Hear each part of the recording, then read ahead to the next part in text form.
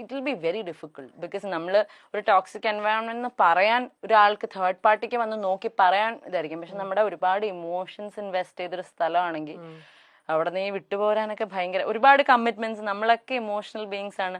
നമ്മുടെ പല കാര്യങ്ങളിലും വൾണറബിൾ ആയിട്ടായിരിക്കും പല സാഹചര്യങ്ങളിലും നമ്മൾ നിന്നുകൊണ്ടിരിക്കുന്നത്. പല സൊസൈറ്റീനെ ചിന്തിച്ചിട്ട് എന്റെ ഒരു ആത്മാർത്ഥത, എന്റെ ഒരു എന്നാലും എന്റെ ഒരു ബെസ്റ്റ് അല്ലേ ഞാൻ കൊടുത്ത്, ഇങ്ങനത്തെയൊക്കെ പല കാര്യങ്ങൾ വിചാരിച്ചിട്ടായിരിക്കും വർക്കിലാണെങ്കിലും കേട്ടോ. ഇപ്പൊ ഒരു ജോലിക്ക് പോവാണെങ്കിൽ അവിടെ ഞാൻ എന്റെ ഏറ്റവും ആഗ്രഹിച്ച ജോലിയാണെങ്കിലും അത് എന്നെ ഭയങ്കരമായിട്ട് തളർത്തുകയാണെങ്കിൽ we have to be strong enough to get out of it.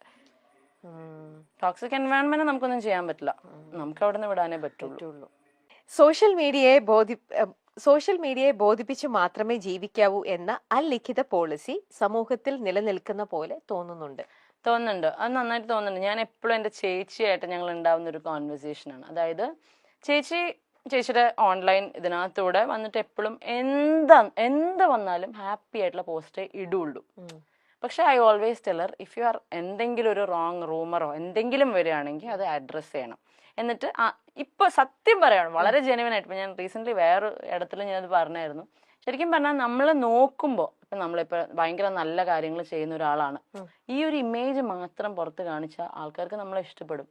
പക്ഷെ നമ്മൾ വളരെ ജെന്യുവൻ ആയിട്ട് നമ്മുടെ നമ്മൾ പാളിയ ഡെസിഷൻസ് ആണെങ്കിലും നമ്മുടെ എന്തെങ്കിലും നിലപാടുകളാണെങ്കിലും വന്ന് പച്ചയ്ക്ക് പറയുന്ന ആൾക്കാർക്ക് ഭയങ്കര വിമർശനമായിരിക്കും.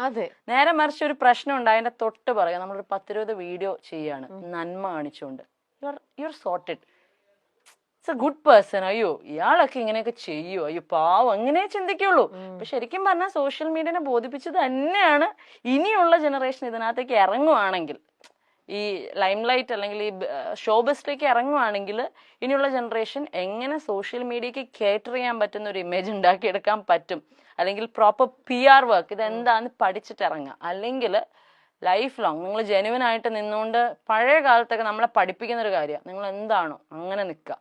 ഇനി അതൊന്നും നടക്കില്ല.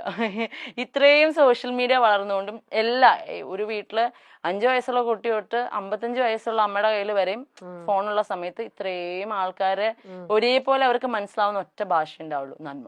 ഈ നന്മ മാക്സിമം കാണിച്ചുകൊണ്ട് എത്ര ഉഡായിപ്പാണെങ്കിലും നിങ്ങൾ ആൾക്കാരെ കൺവിൻസ് ചെയ്യാൻ പറ്റും. I have always felt so social മീഡിയയിൽ വന്നിട്ട് ജെനുവിനിറ്റിയേക്കാൾ കൂടുതൽ ബിൽഡ് എൻ ഇമേജ്. ഒരു ഫേക്ക് ഫേസ് വേണം അപ്പോ. അബ്സല്യൂട്ട്ലി. കാരണം ഇപ്പൊ ഞങ്ങളുടെയൊക്കെ കേസിൽ ഇപ്പൊ ഞാനൊക്കെ ഇങ്ങനെ വന്ന് നിന്ന് സംസാരിച്ചിട്ട് എന്ത് മാത്രം ഹേറ്റ് ഉണ്ടായത് എന്നാൽ ഞാൻ ഈ പറയുന്ന ആരെങ്കിലും ഒരാൾ എന്തെങ്കിലും ചെയ്ത് ഉപദ്രവിച്ചിട്ടുണ്ടോ? I haven't, my sister has not. ഇപ്പം അതിനകത്തുള്ള കാര്യം. നേരെ മറിച്ച് ഞാൻ ഒരുപാട്, ഇപ്പം ഞങ്ങളുടെ പേഴ്സണൽ ലൈഫിലുള്ള കാര്യമല്ല പറയുന്നത്, ഞാൻ ഒരുപാട് പേരെ എനിക്ക് പേഴ്സണൽ ലൈഫിൽ ലോക കള്ളന്മാരായിട്ടുള്ളവരെ അറിയാം. പക്ഷെ അവരൊക്കെ ഭയങ്കര നല്ല ഇമേജ് കൊണ്ടു നടക്കുന്ന ആൾക്കാർ, കള്ളന്മാര് മാത്രമല്ല കള്ളികളും ഒരുപാട് പേരുണ്ട്. പക്ഷെ അവർക്കൊക്കെ മീഡിയയിൽ അവരുടെ പ്രൊഫൈല് കയറിയ നന്മ മാത്രമേ ഉള്ളൂ. കളിക്കാൻ അറിയാം അവർക്ക്.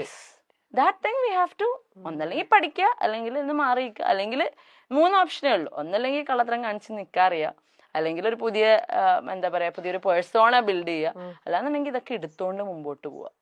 അപ്പൊ ഞങ്ങൾ ആ 3ാമത്തേല് കുറെ കാലമായിട്ട് അങ്ങനെ. പിന്നെ ഞങ്ങൾ ഒരു കള്ളത്തരം കാണിച്ച് തുടങ്ങിയിട്ടും കാര്യമില്ല, അത് ഏക്കില്ല. അപ്പൊ നമ്മൾ ട്രൈ പോലും ചെയ്യുന്നില്ല. അപ്പൊ ശരിക്കും കളിക്കാൻ അറിയാവുന്നവർ മാത്രം ഇറങ്ങേണ്ട ഒരു, ശരിയല്ല, ഞാൻ പറഞ്ഞത് ശരിയാണെന്ന് ചേച്ചിക്ക് തോന്നുന്നില്ല. സർവൈവൽ ഓഫ് ദ ഫിറ്റസ്റ്റ് എന്ന് പറയുന്നത് ഇപ്പൊ കലിയുഗം, ഇവിടെ വേറെ ഗെയിംസാ അതിന്റെ ഒപ്പം. ഞാൻ ഒന്നാമതൊരു സോഷ്യൽ മീഡിയ പേഴ്സൺ അല്ല, ഇതൊക്കെ കൂടെ കേൾക്കുമ്പോ നമുക്കൊക്കെ ഒരു രീതിയിലും ഹാൻഡിൽ ചെയ്യാൻ പറ്റാത്ത വേറെ ടൈപ്പ് ഒരു ലോകം തന്നെയാണ് ഇതെന്ന് പറയണത്. ബാപ്രേ. എന്നെങ്കിലും നിങ്ങളെ എല്ലാവർക്കും മനസ്സിലാകും എന്ന വിശ്വാസത്തിൽ മറ്റുള്ളവരെ കുറിച്ച് ചിന്തിക്കാതെ നമുക്ക് മുന്നോട്ട് പോകാം. അങ്ങനെ അതാണ് ഞങ്ങളുടെ ആ ഒരു വേർഡ് ഉണ്ടല്ലോ, ഹോപ്പ്. കാരണം നമ്മുടെ ഉള്ളില് എപ്പോഴും പറയും, സത്യം എന്തൊക്കെ വെച്ച് അടച്ചു വെച്ചാലും അത് പുറത്തു വരും. അതുപോലെ ഒരു ഡയമണ്ട് എത്ര അഴുക്കിനടിയിലിട്ടാലും നമ്മൾ തുടച്ചെടുത്ത് കഴിഞ്ഞാൽ ഇറ്റ് വിൽ സ്റ്റിൽ ഷൈൻ. അപ്പം ഞങ്ങളുടെ വീട്ടിൽ എൻ്റെ അച്ഛനമ്മയൊക്കെ ഒരുപാട് വിഷമിച്ചിരിക്കുമ്പോൾ അവർ പറയുന്നത്, നമുക്കൊരു ദിവസം വരും, ആ ദിവസത്തിന് വേണ്ടി വെയിറ്റ്. അത് പറയുമ്പോൾ എനിക്ക് ഇമോഷനാവും. Wait for that day and will wait.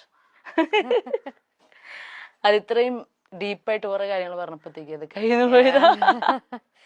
ഇല്ല, ഐ ക്യാൻ അണ്ടർസ്റ്റാൻഡ് അബ്രാമി. ആ ഒരു ഇപ്പൊ ഞാനും ഇത്ര പുറമേ നല്ല ഇത്ര നാളും നിങ്ങളുടെ പ്രോബ്ലംസ് കണ്ടുവരുന്നത്. ഇപ്പം when I'm talking to you, ഇത് ആ ഒരു ഇതിനോട് പറയുമ്പോ ഇത് എനിക്ക് അഭിരാമി എത്ര ചിരിച്ചോണ്ടാണ് പറയുന്നെങ്കിലും എനിക്ക് ആ ഉള്ളിൽ നിന്ന് അതിന്റെ ആ ഒരു മാസ്ക് ഇച്ചിരി പൊട്ടിപ്പോകുന്നു അതാ കരഞ്ഞ്.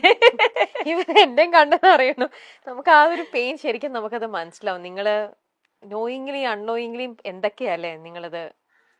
അപ്പൊ അതെന്തായാലും അത് ഒരു സമയം ഇപ്പൊ എന്തായാലും ഞങ്ങളുടെ അച്ഛൻ മുകളിലും ഉണ്ട്.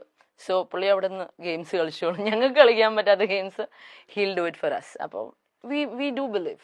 അതായത് ഇത് മാത്രമല്ല, ഈ പറയുന്ന ചേച്ചിയുടെ പ്രീവിയസ് മാരേജിന്റെ കാര്യം മാത്രമല്ല, ഓൾ ടുഗെദർ നമ്മൾ അങ്ങനെ ഒന്നും ചെയ്യാത്ത വളരെ ജെന്യുവൻ ആയിട്ട് നിന്നിട്ടുള്ള ആൾക്കാരാണെന്ന് ഒരു പോയിന്റിൽ പ്രൂവ് ആവും. Will wait for that.